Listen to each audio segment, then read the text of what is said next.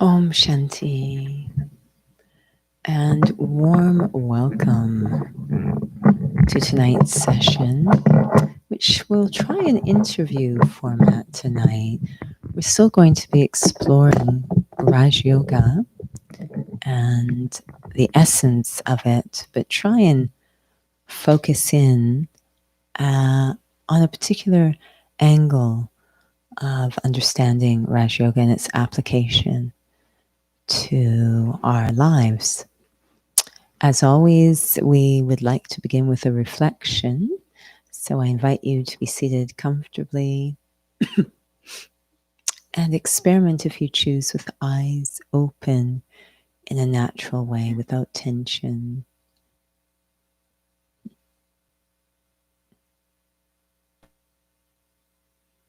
Through much of the day,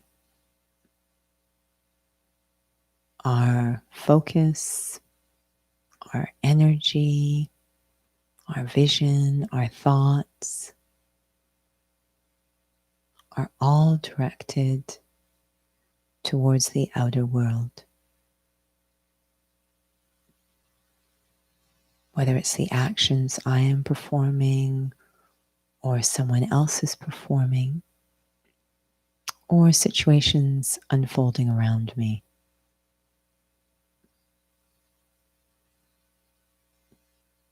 Constantly drawn to and affected by what's going on outside.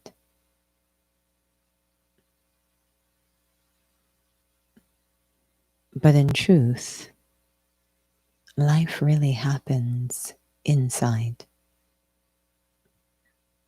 What I feel, how I experience, the attitudes I hold, the perspective I have, it's all inside.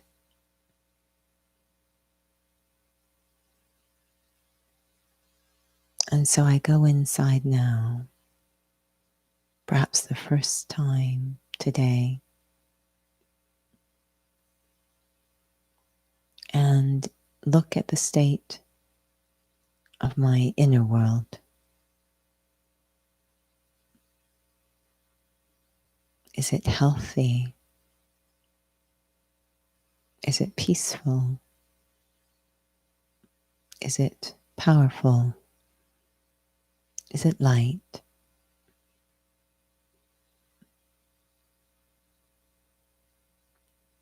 Because what has the greatest impact on my life is nothing that's happening outside. It is the state of my inner world. And if I want a change in my life or the quality of my life, it will have to begin inside. Om Shanti.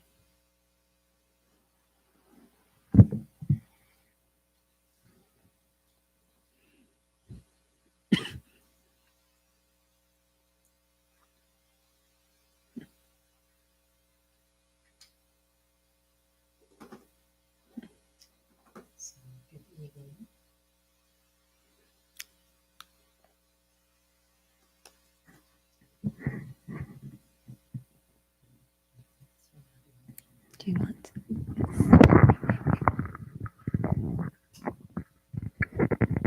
Suppose we all have to share this.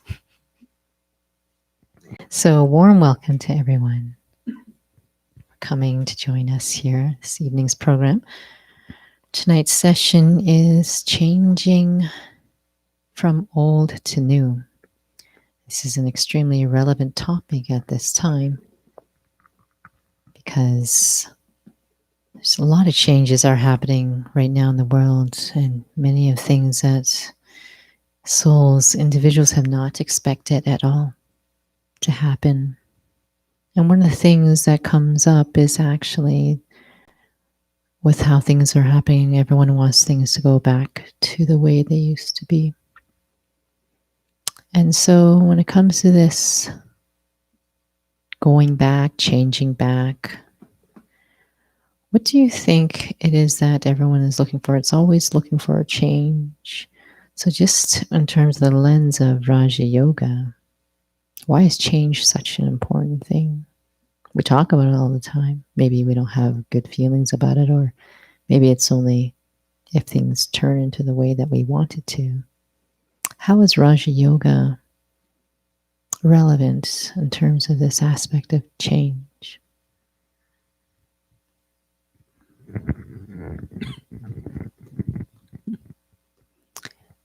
I certainly am in awe of how deeply Raj Yoga explores this topic of change. And there's a very well known quote: the only constant in the world is change. If there's one thing you can rely on, it's change. And so there's a couple of things that Raj Yoga really, really looks at. We are in a realm called the physical realm where change is inevitable.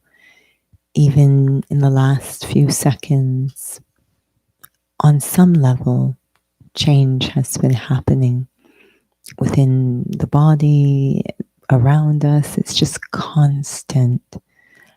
And so we have to have a facility with change to be able to live in a quality way in this kind of context, the physical realm, which is constantly changing.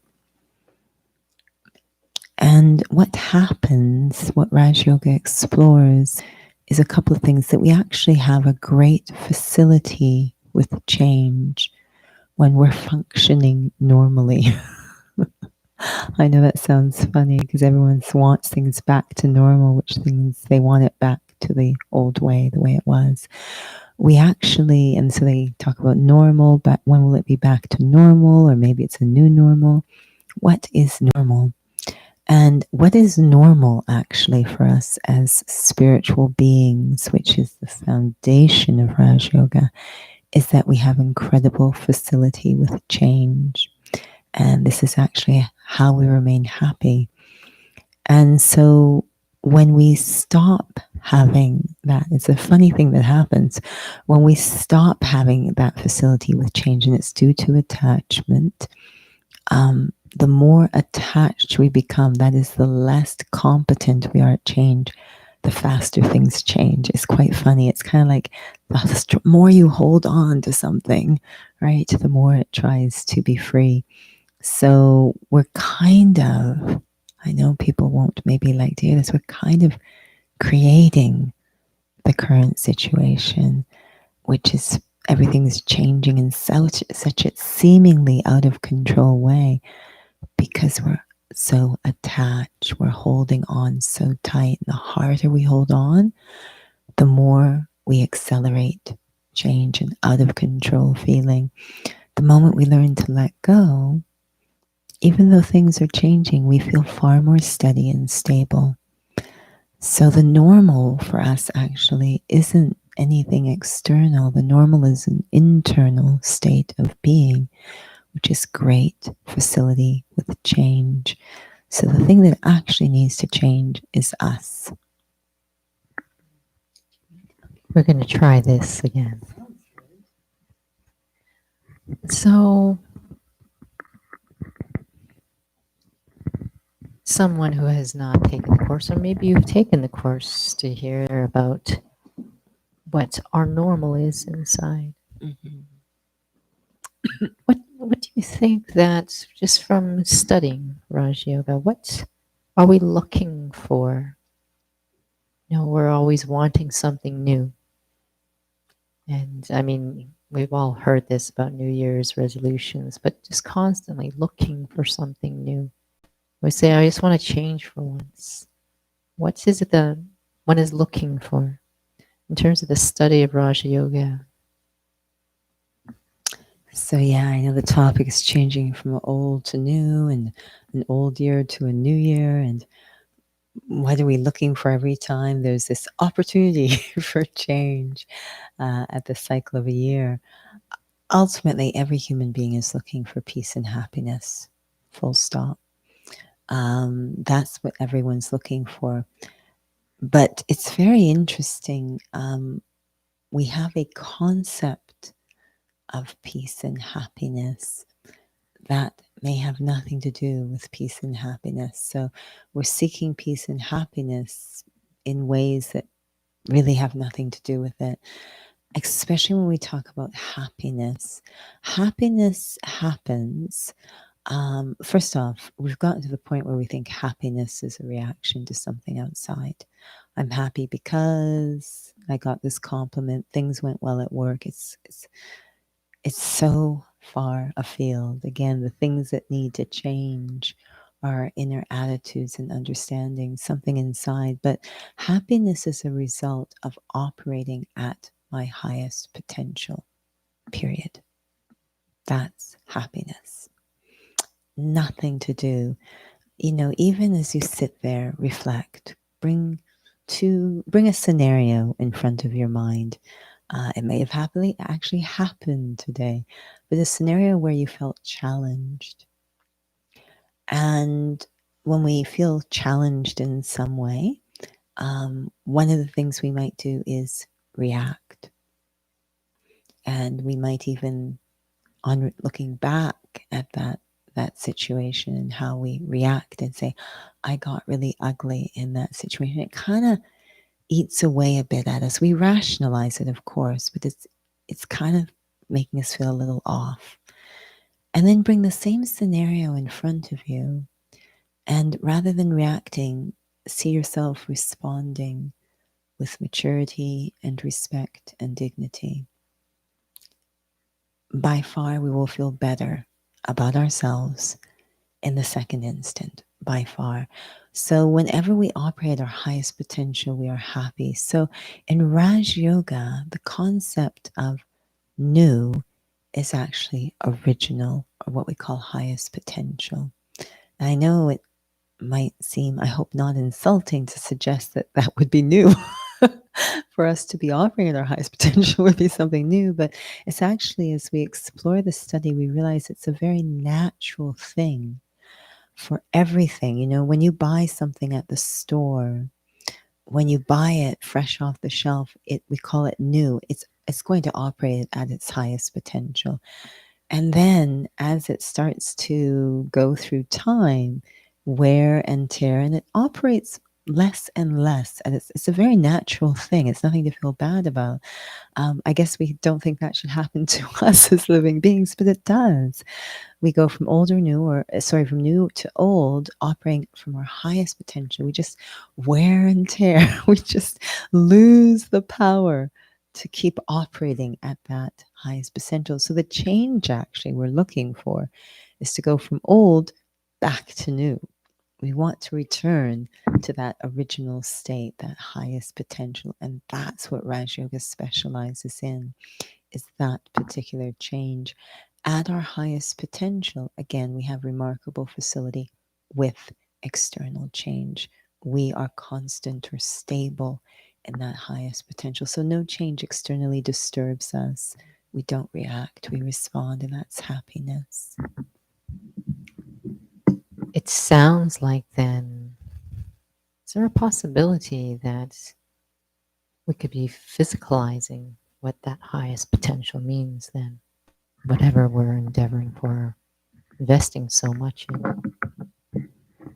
Absolutely. And again, I have faith in the human spirit. I think given the opportunity, we recognize what we're doing, but we have gotten to a point where we feel that skills technology, facility with words. These are all signs of being better. Even our school system is set up this way. But given the chance, I think we kind of know that's not really the case, that it's the heart. The heart actually is what makes us wonderful. And someone may not, we heard that beautiful story the other day that two students at a center, one who was very adept at planning and organizing and very clever with this type of thing. The other one had a good heart, but maybe not so many skills or, decision making, etc., planning, but had a very good heart. And initially, the one who was clever and adept was getting all the opportunities because they could really grab them first, if you will. But you watch them evolve over time. And the one with the good heart developed that sense, those skills, but never at the price of that good heart. So they actually naturally started to get the opportunities, not because they were trying to grab them, but they just sort of came running to them. They just emerged. So a good heart, they say truth prevails. A true heart, a good heart is like gold. You know, when we're hiring someone for work, we can teach skills, but can we teach trustworthiness, reliability, loyalty? No, that's a heart, that's a character thing. So at the end of the day, it's the invisible stuff, the incognito stuff, not the technology or the skills or any of this that really makes a difference. It's always the user, the character of the user. So Raj Yoga really looks under the surface at what's the heart, what's the quality of the heart. And the human spirit has a good heart given a chance. But when we lose faith in ourselves, we start to use external methods of trying to create value in the self. So this becomes very relevant to the first topic in the course of Raja Yoga. For those who haven't taken the course, the first session is about who am I? Mm-hmm. But many grapple with that. It is the first lesson and the most important lesson, and also the last lesson. And in light of what we have just been discussing right now, we can physicalize our potential. What is this identity of being a soul? How is that relevant? Because many feel, I don't have time. What does this have to do with paying my bills, with reality, so to speak? I think one thing I appreciate about Raj Yoga is it tells us where we've gone off track or where we've gone wrong, but it always says immediately after, and it's understandable why that happened. So it's never to feel bad, but we basically invested everything we've got in a structure that was destined to cause us sorrow. We just put everything, and what we really put was our sense of self. And it was destined to happen. Actually, it's just part of the story of the human spirit as it moves through time. What Raj Yoga looks at is shifting from thinking of ourselves in a physical way, external validation, quantity, to thinking of ourselves in a spiritual way as a soul, intrinsic value, quality. We've invested all of ourselves in the first paradigm, all of ourselves, and we're deeply attached to it. Some like to use the word ego, whatever the case, but we're really invested in it. Even though it's causing us tremendous sorrow, it's a very draining construct to sustain, to think of ourselves in a physical or external way. So we really want, actually, the second option, but we're also afraid because we've invested so much in that physical construct. So we actually talk about meditation as just remembering. It's a very gentle transition, remembering. And so we get the chance to realize, okay, I'm going to think of myself as a soul. Well, look, I'm still okay. Everything's still okay. Like we need to actually notice that it's a vast improvement. We need to taste that. I think obviously there's a timing issue that souls, each have their own time when they're ready to shift from that quantitative to qualitative sense of self. Everyone does it their own time. But once they do, and they really have a genuine experience of being a soul, I think that they realize this is definitely a positive change. And so, how does that change happen? Just hearing about and discovering that there is this original normal of me. And many feel that they struggle with actually themselves changing themselves. Um, of course, there's that tug of war that I'm trying to change things out there, or things just don't seem to be changing at all. And so, from your experience, that is a part of Raja Yoga, we call it a transformative study, actually. What have you experienced in your journey in the study of Raja Yoga in terms of change? There's a few different answers. There's many different answers to that. But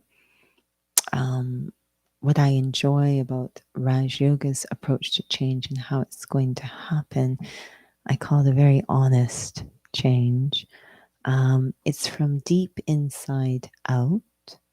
It has to happen at the right time, and um, it's really it's a funny form of change because it's actually a return to something I lost that was very, very precious, which of course is the self. So there's something really, even though there's a massive what we call resistance to change, Raj Yoga helps me to understand that it's not me, the real me, that doesn't want to change, get myself back. I, of course, want to return to a very pure sense of self. So there's no, it's not on that side, but it's these aspects I've developed that are actually causing me sabotage, the attachments or fear, the investment or ego, which aren't really me. So we almost sometimes in the course visualize it as I'm trying to get to myself back, and there's these other forces. And I think every major epic, from Lord of the Rings to Star Wars, is really symbolically capturing this struggle within the self that I want to return to myself. But these aspects I've acquired are holding me back. It's all within the self. But, and it's a very deep, honest change. There's no show whatsoever. That wouldn't be new, right? That would just be more ego. So it's a very honest process of change, which is also quite refreshing. I think we're always happy when we have a chance to be honest with ourselves. What does that experience of change feel like, especially when we often seem to fall back on physicality in very visible ways, possibly forceful ways, suppressive, repressive ways, preventing change or trying to facilitate change? And given it is a study of the soul and transformation in that sense, I think many are just trying to even grapple with what that experience feels like. And there is the word transformation we've been using, but I actually like the word reformation or reformation. Re means again, to do something again, repeat or recognize, to know again. Reformation or recycling. Yes, I like this word very much because there's a big difference between, and I think this is what happens to us. There's a big difference between embarking on a change where I have no idea what's going to be on, where this is going. It's like, oh my, it's the uncertainty. I think that's what many people feel now. where is this going? Like, because I don't know, I just want things to go back to normal. Even though back to normal may have been very difficult, at least it's familiar. This, I have no idea what's on the other side of this. What Raj Yoga is so unique. What it does is it actually lets you have a chance to see where it's all going. So you actually get to have an experience because it's remembering an experience of what that original or pure state is that you're moving towards. And we have many souls when they take the course, they hear something or listen to something or see something at the centers, and they start to cry and they don't know why. And they keep insisting on it's not sadness, but it is a longing. And we have this longing, we have a memory of our pure state, and we really miss it. And eventually, at the right time, there's this deep longing for something. And when we start to get a more clear picture of what that is, where we're moving towards, the pure me, that's what we get to really experience. Then I'm just on a journey to change into something familiar, actually, that I know where this is going. And I find that a huge relief because around us, it's very uncertain in the world. And it's really nice to have my vision set on something that, okay, I know exactly where I'm going. Suddenly, the question, the word hope came up Mm. actually. That perhaps souls are struggling with feeling there's any hope, whatever that change looks like, and perhaps maybe even fear of what that change would be. So, in terms of this study, what does that mean in terms of focusing on myself? Because it can get quite distracting with everything that's going on right now to feel that I would need to really focus on myself, especially in terms of this aspect of hope, which many, many may not even say, but you can feel it. You can feel the atmosphere. You can feel it from what they share and on their face. Yeah, it's really interesting in situations like this when there's a lot of uncertainty and instability. And you'll start to notice that certain stories emerge at this time, and they're all stories about the greatness of the human spirit. And I find times like this are stripping everything else away. They're not stories about, technology. It's all being stripped away. And what remains is that one thing that gives us hope, which is the human spirit. So, in a sense, moments of uncertainty and instability in the physical realm nudge us towards spirituality, which is a realm of great hope and stability and power. And so, as we say, why would it just be random acts of kindness or moments of human greatness?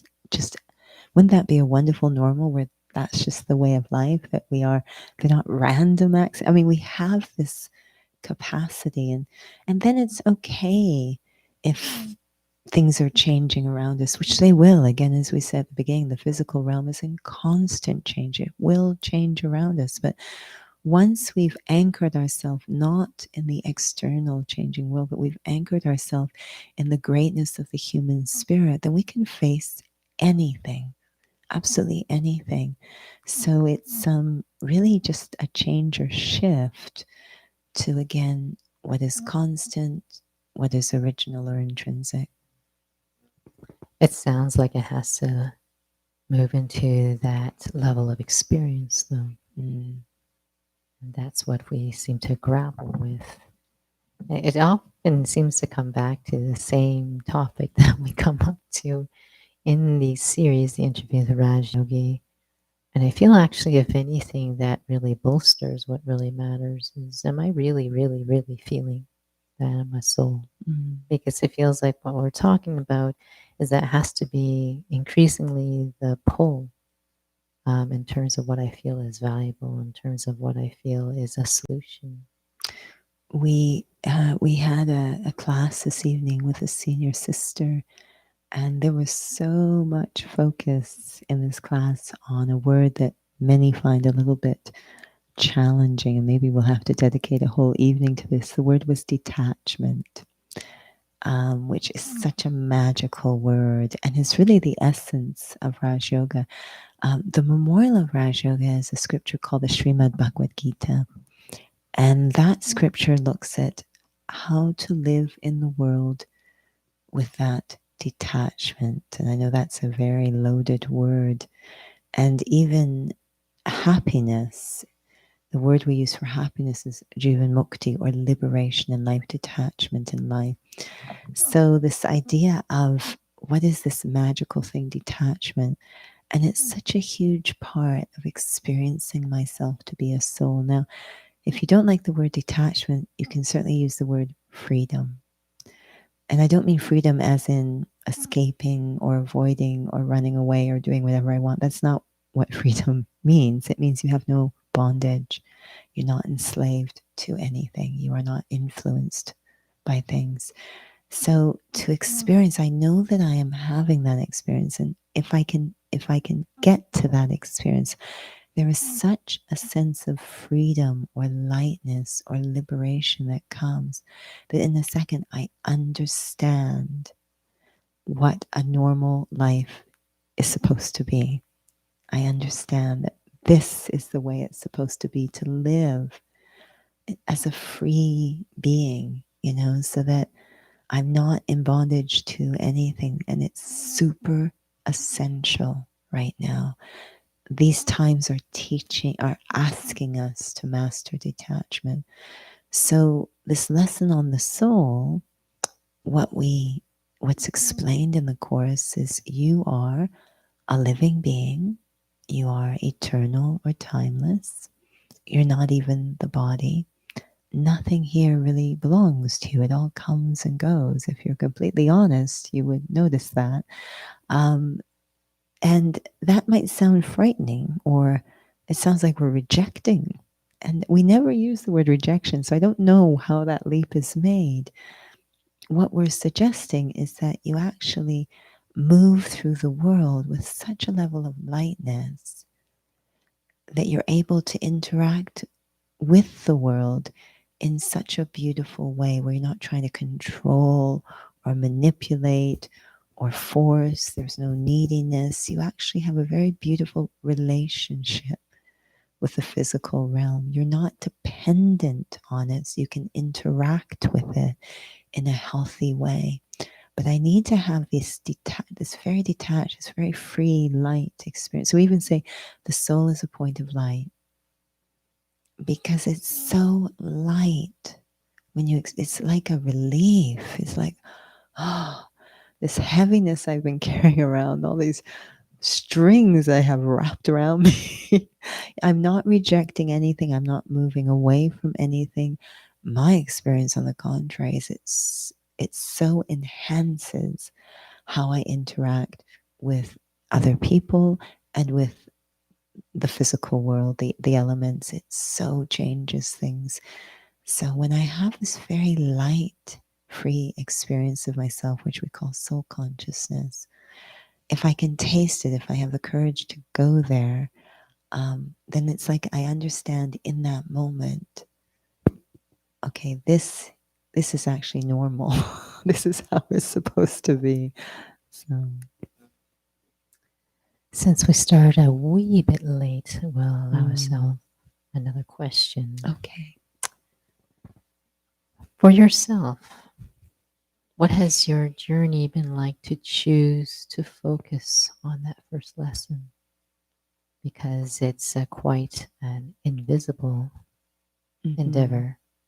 And we all know what it's like, that we sometimes fall back on something that's much more tangible, um, much more visible, um, something we're more familiar with.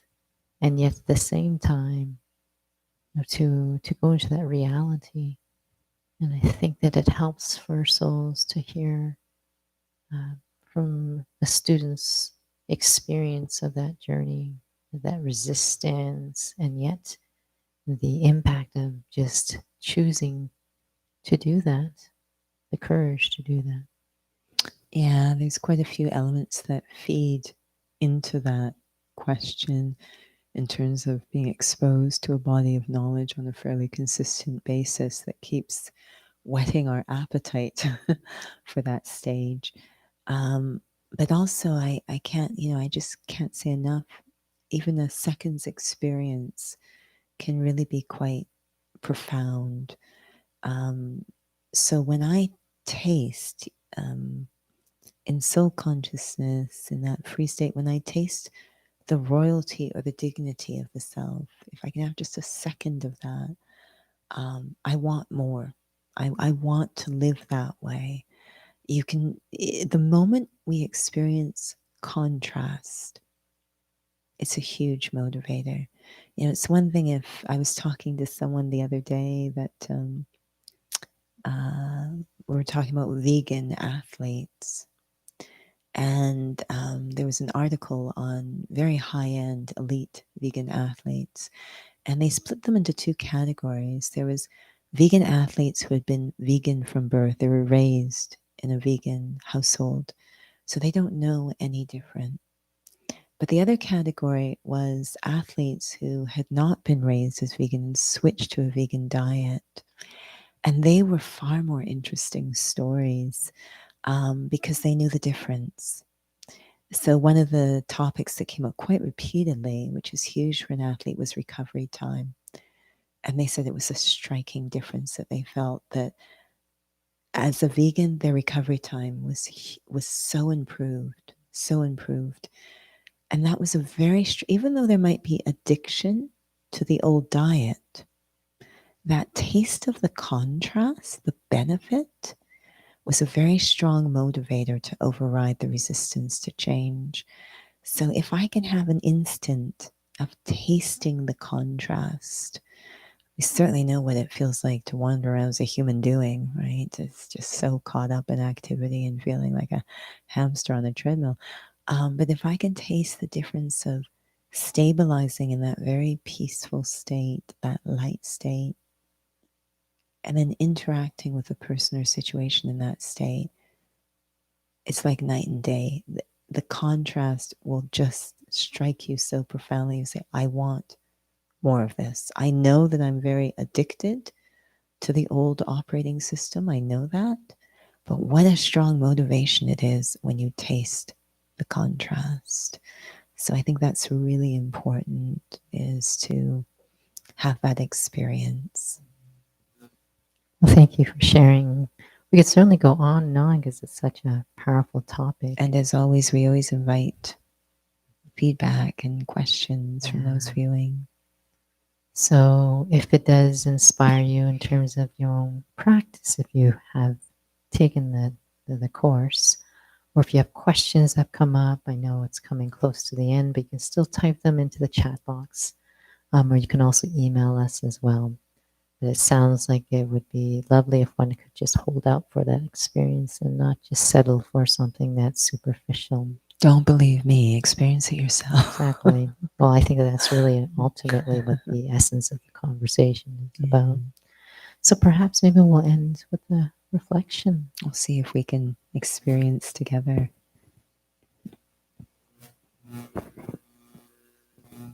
It's very nice when we sit still for a moment, when I give myself a chance to not be caught up in that whirlwind of day-to-day life. And I move into a quiet space. Some call it solitude. This realm of inner experiences. It is like sitting in the eye of a storm. And I feel myself receding deep inside, like a tortoise withdrawing into the self, moving into a very quiet, honest space inside. And I think of this as a space where I can have a reunion with myself, start to heal the relationship with myself.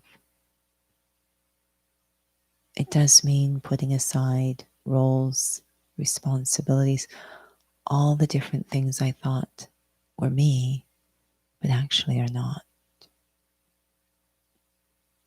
I am underneath all of those layers. Very quiet, subtle being. I am timeless. When those roles and responsibilities end, I will still exist. I'm much more than all those roles, responsibilities, relationships, even the body. I am a spiritual being, eternal, and I'm not physical. I actually don't have much to do on an unlimited or eternal level with this physical realm. I move through it. I have incredible experiences in it. But it's as if there's something about me that's ultimately beyond it. As a soul, I am this non-physical entity, a point of life, and my true core nature is to let go, to be light. This creates peace within me. I experience that now, feeling the fingers of my own mind releasing what is temporary, and the hands of my mind instead holding this very eternal sense of self, this tiny point of quiet, living light that is me. Very light, very simple, and the wonder that I am eternal. Everything around me will come and go, and I will be fine. I am eternal. Om Shanti.